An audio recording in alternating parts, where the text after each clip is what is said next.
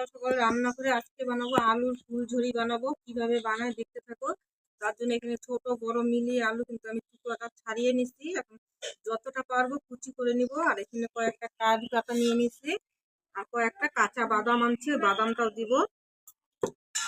দেখতে থাকো।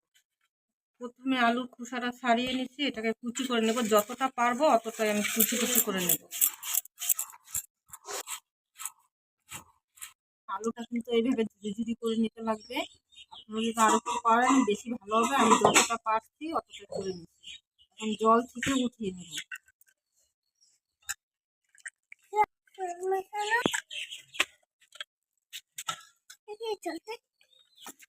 এইদিকে আমি আলুটাও রেডি করে নিচ্ছি। জ্বালিয়ে দিচ্ছি, উনুনটা জ্বালিয়ে দিচ্ছি, কড়াইটাও বসিয়ে দিচ্ছি। কড়াইটাও আমার গরম হয়ে গেছে। এখন আলুটা ভেজে নেব। তার জন্য দিয়ে দিলাম কিছুটা সাদা তেল। প্রথমে কিন্তু আঁচটা বাড়িয়ে দিতে লাগবে, পরে কিন্তু কমিয়ে দিতে লাগবে। এখন অল্প করে আলুগুলো ভেজে নেব। দিয়ে দিলাম আলুগুলো।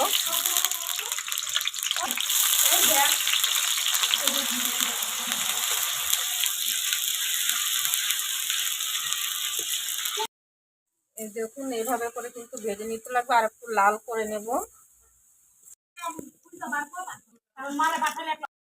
এখন দিয়ে দিলাম কয়েকটা কারি পাতা।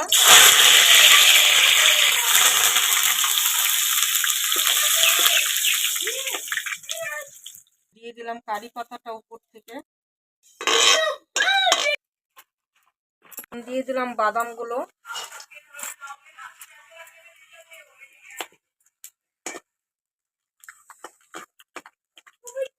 বাদামগুলো ভেজে নিয়েছি, দিয়ে দিলাম উপর থেকে।